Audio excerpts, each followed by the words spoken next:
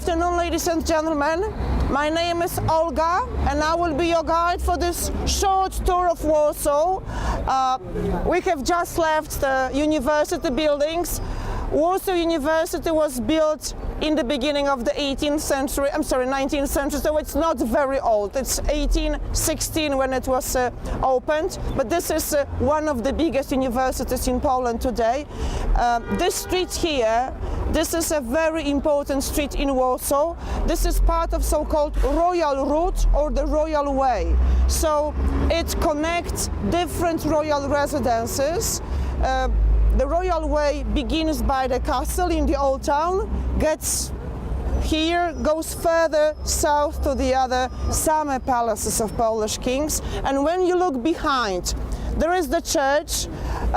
We say in Polish church, we don't say Catholic church, because for us it's obvious. As almost everybody here is Catholic, so majority of the churches in Poland are Catholic churches. And this is also the Catholic Church of the Holy Cross. It's important for Warsaw people because inside we can find heart of Frederic Chopin. He was our greatest composer, and we always fight with the French people for him because they say that he was French and we say that he was Polish. He was half Polish, half French.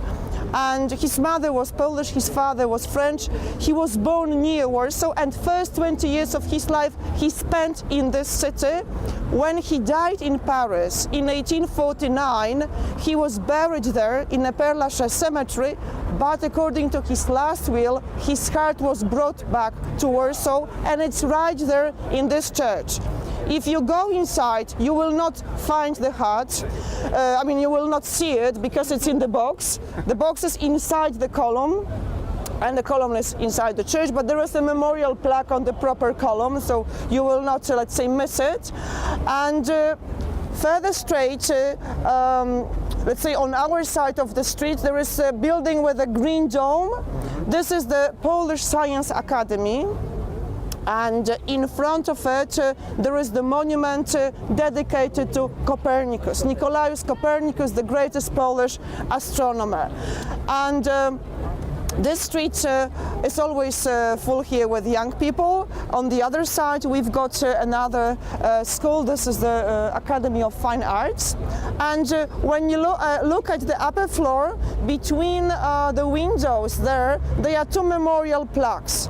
And the one which is on the left, there is the Chopin name mentioned because it was the last apartment of Frederic Chopin in Warsaw before he left the city for good. It was 1830. He was 20 years old. He decided to give concerts abroad.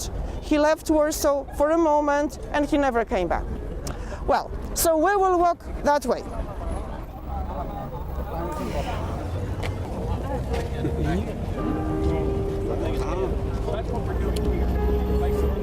Can you come closer? You will hear the music. You've got a microphone? It's not turned on, I don't know. He is using it. Oh.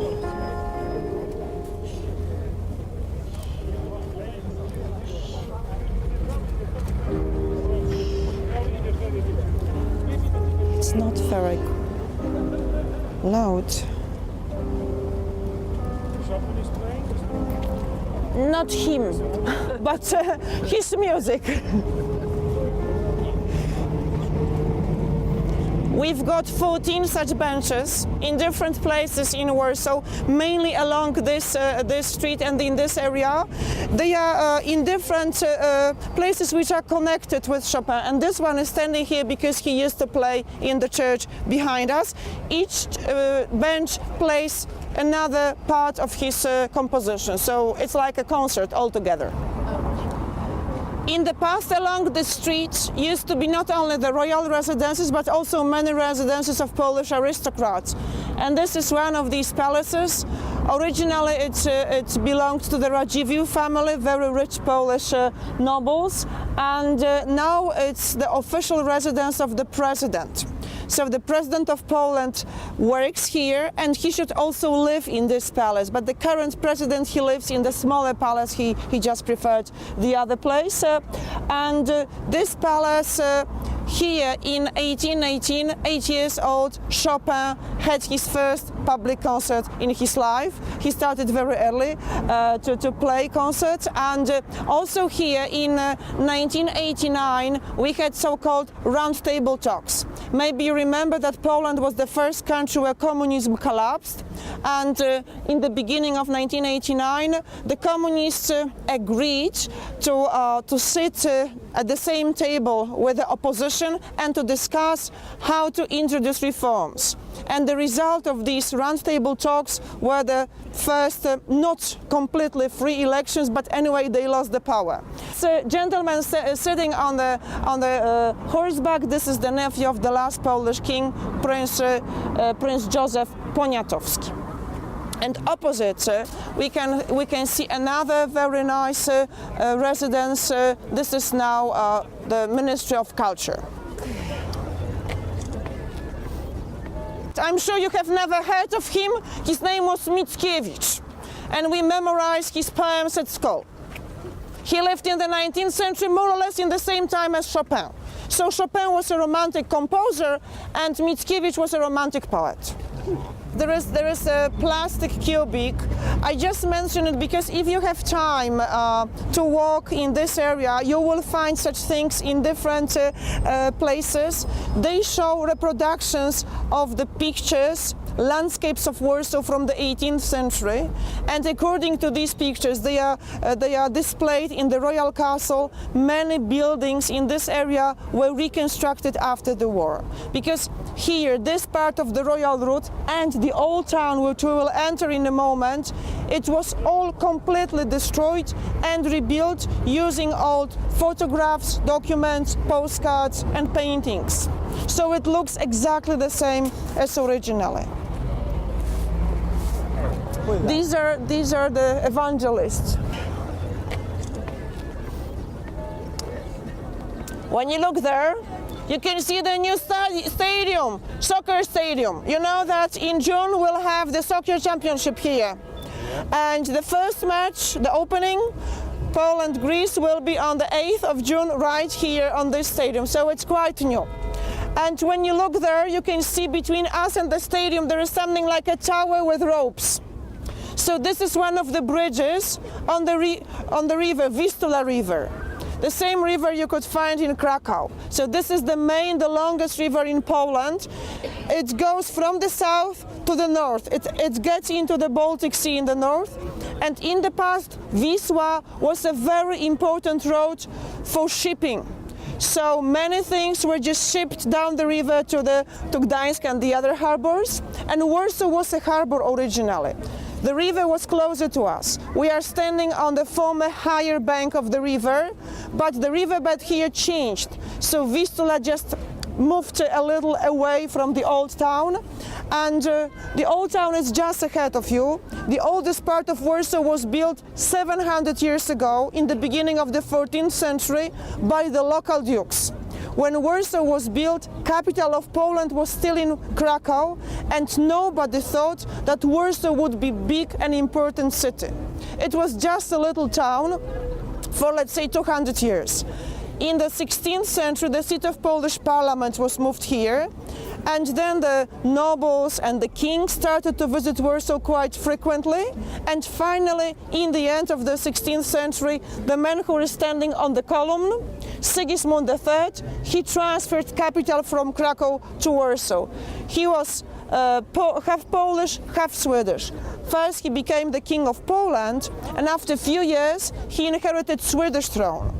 To keep it, he had to fight against his uncle, so he simply wanted to be a little closer to the seaside, to Sweden, and Warsaw was, let's say, halfway between Krakow and the seaside. He had a very good excuse because in his time there was a serious fire in Krakow and part of the castle there was burned. So they moved to Warsaw and he enlarged the local castle. So this big building right there, this is the royal residence in Warsaw, the main official residence of Polish kings here. And it was also used as the seat of the parliament. So the front wing with the towers It was the place where the politicians had their meetings. And this is why kings didn't want to live permanently in the castle. They lived here mainly in the winter, and the summers they often spent outside the city in their private residences like Łazienki or Wilanów. You can see fragments of the city walls there as well. The old town was originally surrounded by two lines of city walls. The main entrance to the city, the main gate, was next to this column, where you can see people sitting on a kind of a bridge made of bricks. And we will walk through the old town. You will see the only existing gate of the old town a little later on the other side. So remember, everything here was destroyed and rebuilt. The old town was reconstructed quickly. By the end of the 50s, almost everything here was already rebuilt, everything except for the castle. The castle was an important symbol of Polish independence, and the Soviet Union didn't like it. So the communists used to say, we don't have the king, we don't need the castle. But people were pushing, and then they said, okay, we could rebuild it, but we don't have money, because we never got any money as war reparation here in Poland. So what we've done, people collected money to rebuild this castle. It was reconstructed using private donations only, so we are very proud of it. It was reopened to visitors in 1984, which means that when you look at me and at this castle, I'm older. I can remember the square without it.